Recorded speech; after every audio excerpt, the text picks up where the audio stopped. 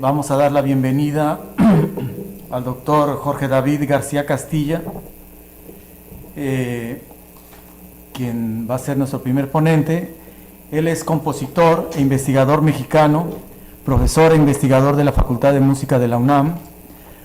Su trabajo responde a dos líneas de investigación.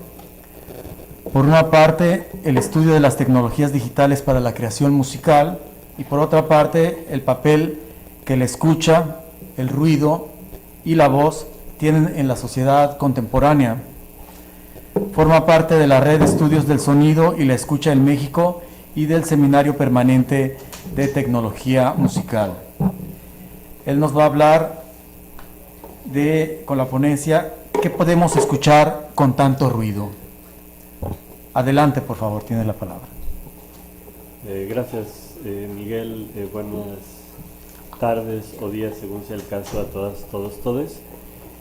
Bueno, pues creo que la charla que les compartiré a continuación tiene resonancias con varias de las discusiones que se abrieron hace unos momentos con la conferencia de Alejandro, y también con una pregunta o una reflexión que justamente hacía Miguel Olmos hacia el final de la mesa pasada, sobre qué hacemos con estos ruidos o con estos archivos sonoros que nos remiten a la violencia, que nos remiten a aquello que preferiríamos de alguna manera no escuchar, ¿no? Entonces, ¿podemos compartir la presentación, por favor? Para tener un apoyo visual, ¿no? Sí.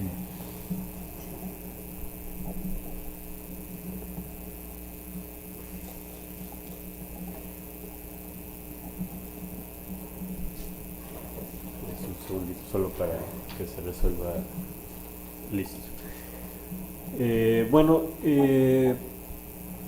cuando muchas y muchos de nosotros trabajamos con documentos sonoros, una pregunta importante es ¿qué tipo de documentos necesitamos para llevar a cabo nuestras investigaciones? Y si pasamos a la siguiente diapositiva, por favor. Pues aquí pongo una lista de algunas de las consideraciones que normalmente tendríamos que tener en cuenta cuando trabajamos con archivos de sonido. ¿Puedes pasar a la siguiente, por favor?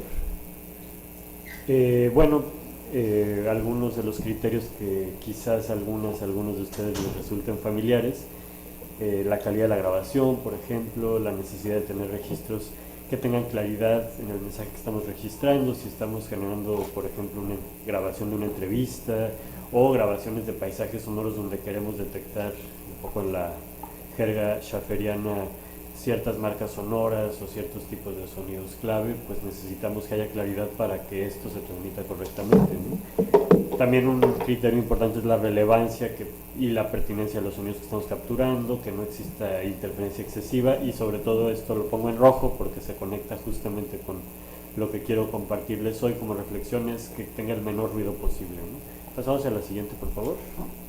Y bueno, yo aquí lanzo algunas preguntas, se desconfigura un poquito la presentación, pero se las comento.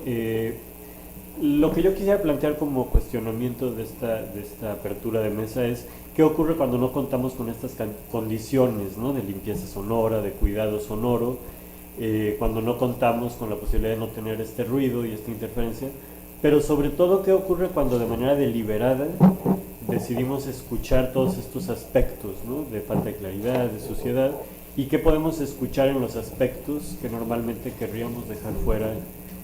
Bueno, yo aquí estoy hablando de grabaciones, pero como veremos hacia el final de la ponencia, creo que esto también se puede extender a la escucha no mediada por el fonograma y en general otros aspectos de nuestra escucha investigativa. Pasamos a la siguiente, por favor. Bueno, yo aquí traigo a colación también, haciendo eco de lo que planteaba Alejandro, y que además es un planteamiento muy recurrido cuando hablamos de paisaje sonoro, ruido, escucha, pues que es la voz de Murray Schafer, ¿no?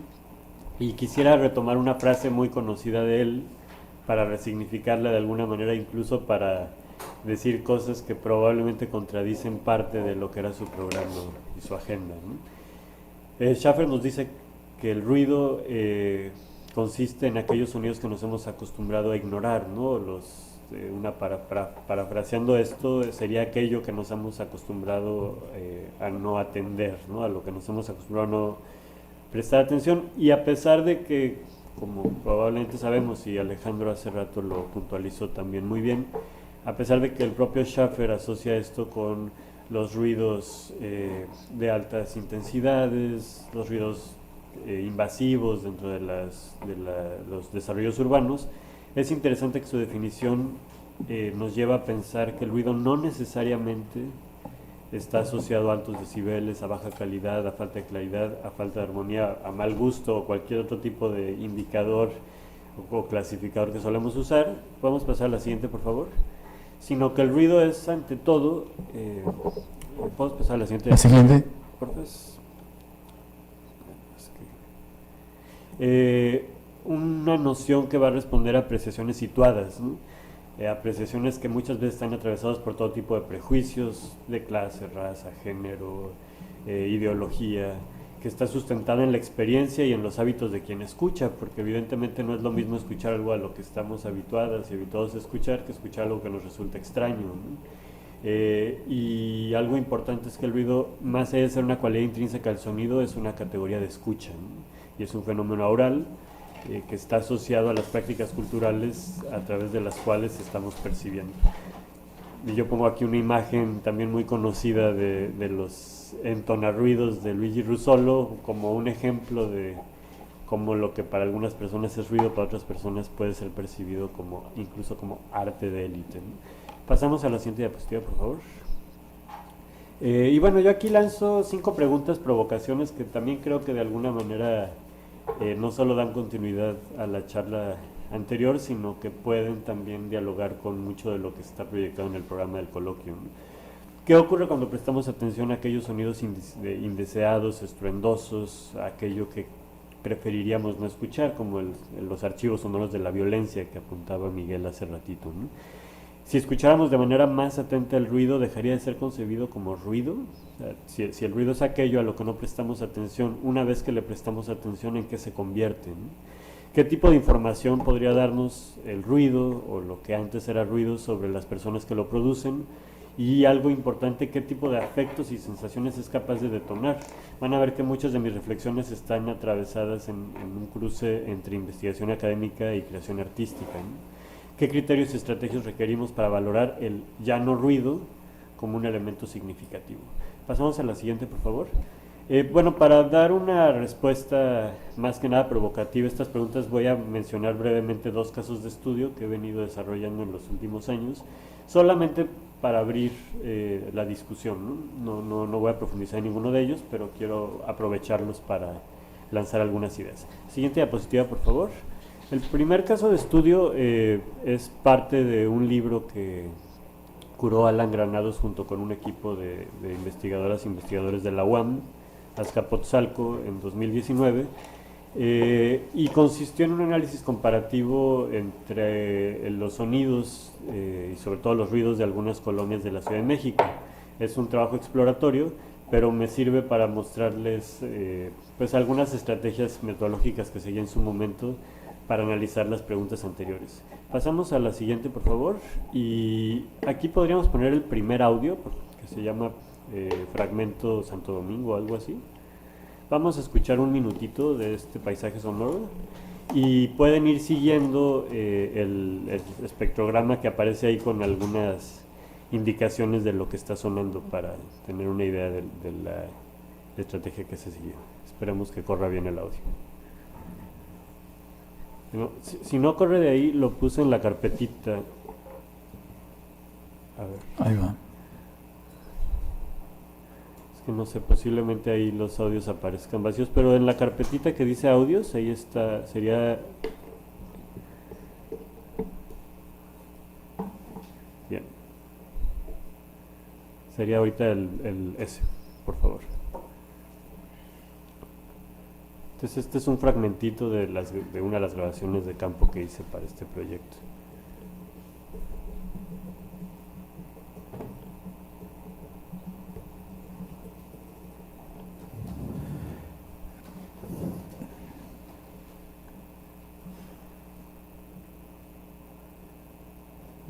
Creo que no se Acá escucha. no se escucha, quizás en la transmisión sí, pero...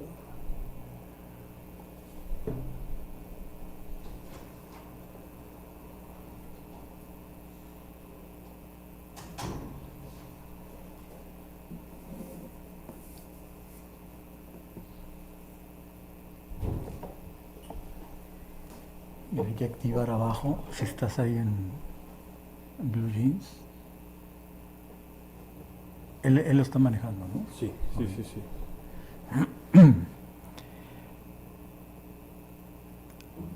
Es necesario activar el audio en la casilla de abajo a la hora de compartir.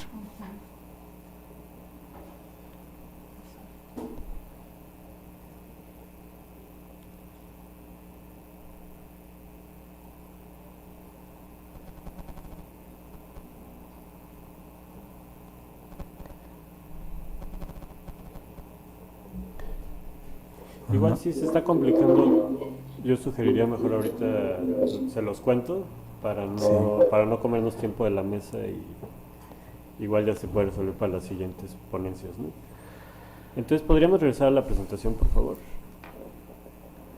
Entonces les voy a pedir que imaginemos y con gusto después les puedo compartir los archivos sonoros incluso completos, ¿no?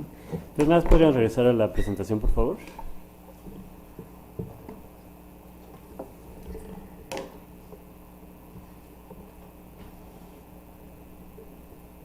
Ok, bueno, podemos ir al anterior, por favor. Entonces, bueno, esto que vemos, si vemos el espectrograma, que así se conoce este tipo de representación visual, ¿no? Donde tenemos un dibujo del sonido, entre más oscuro se ve la imagen, más intenso es el sonido en términos de sonoridad. Y yo hice el ejercicio de empezar a escuchar qué es lo que sonaba, ¿no? Y empezar a poner pequeños indicadores que se fueron volviendo categorías de análisis conforme avancé. Si se fijan en este de Santo Domingo podemos ver pues que tenemos sonidos de niños, risas, automóviles, claxons, automóviles más fuertes. Yo hice varias caminatas y esta fue una selección estratégica que hice de un montón de grabaciones que estuve haciendo. Si vamos a la siguiente, por favor, podemos ver un contraste con la colonia Albertis Narvarte, que, bueno, para quienes no conocen, la Ciudad de México es una colonia más o menos residencial que está ubicado en uno de los epicentros de la gentrificación que actualmente está habiendo en la Ciudad de México desde hace ya por lo menos una década. Y pues vemos cómo el ruido que me tocó presenciar y grabar en este fonograma pues tuvo que ver con materiales de construcción, con taladros. Una de las cosas que ha pasado en la delegación, bueno, ahora Alcaldía Benito Juárez, es que se han hecho una cantidad tremenda de proyectos de construcción y justamente es algo que se escuchaba, pero es interesante que aquí no escuchamos niños corriendo, acá el ruido del tráfico tiene otra naturaleza. Y bueno, pasamos a la siguiente, por favor. Les comparto una tablita que forma parte del análisis que se hizo. A la siguiente, por favor. Donde se puede ver parte de lo que encontré al estar escuchando estos ruidos. Todavía no ha cambiado por aquí la tablita.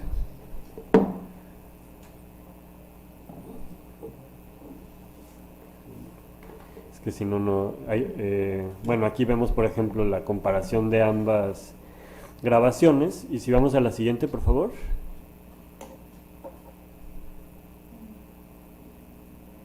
Vemos por ejemplo, ¿no?, el tipo de argumentos que fui encontrando a partir de comparar estos dos paisajes sonoros, ¿no?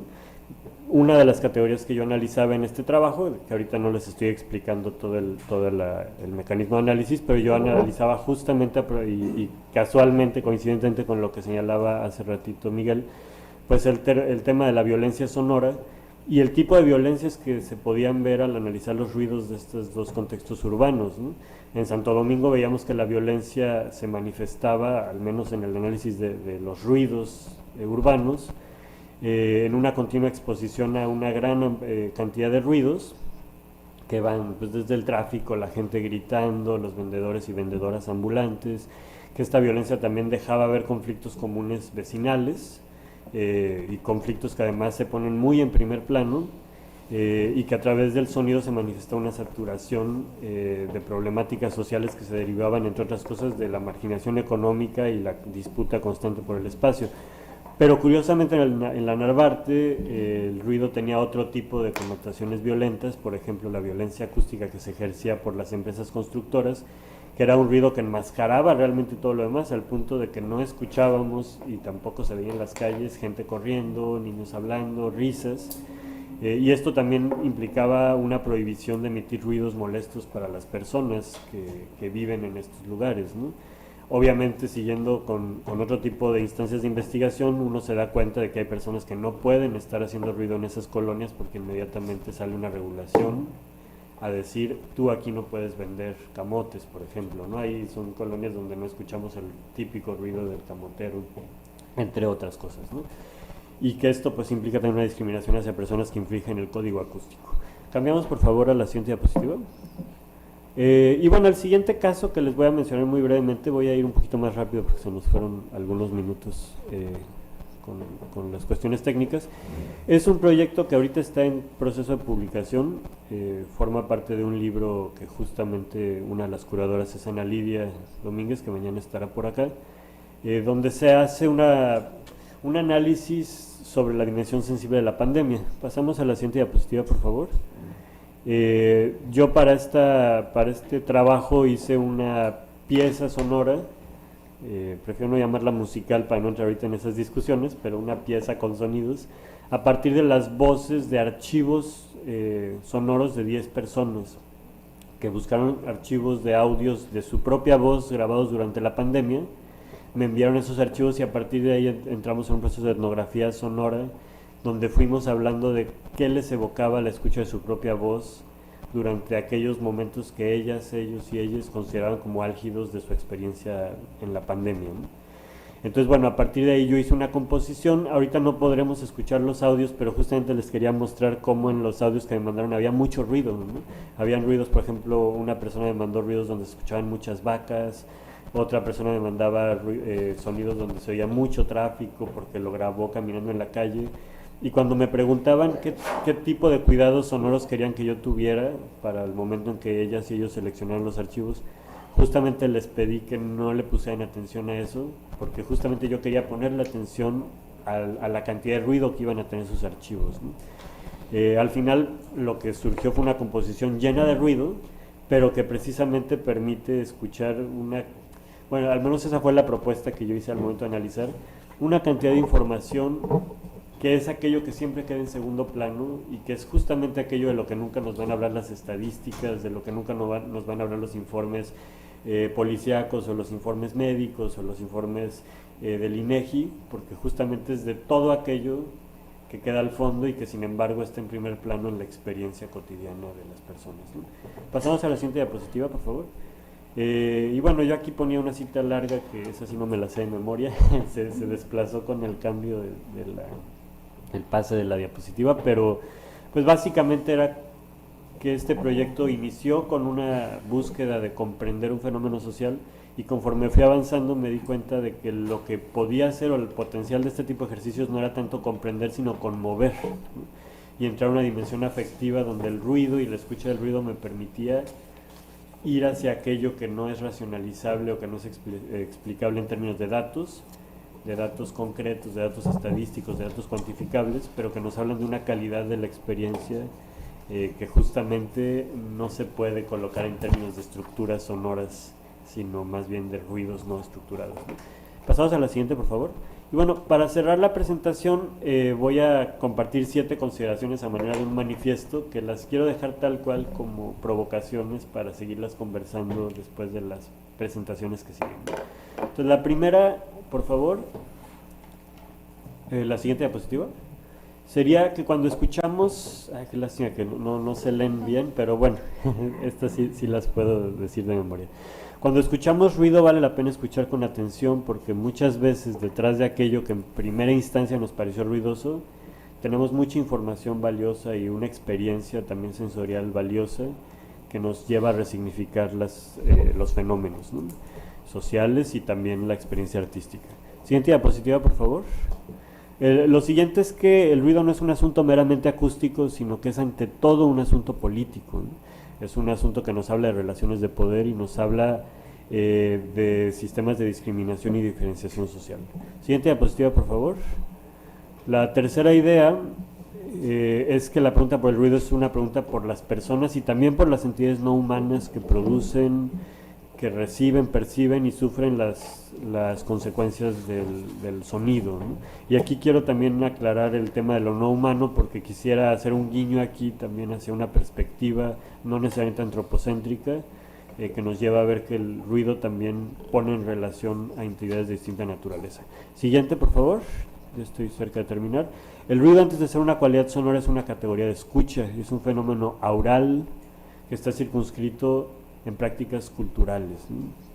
Podríamos abrir la discusión de qué pasa desde una perspectiva de ecología acústica o de perspectivismo amerindio, donde no necesariamente estamos hablando de cultura en términos antropocéntricos, pero por lo menos desde mi lugar de enunciación actual lo coloco de esa manera, ¿no?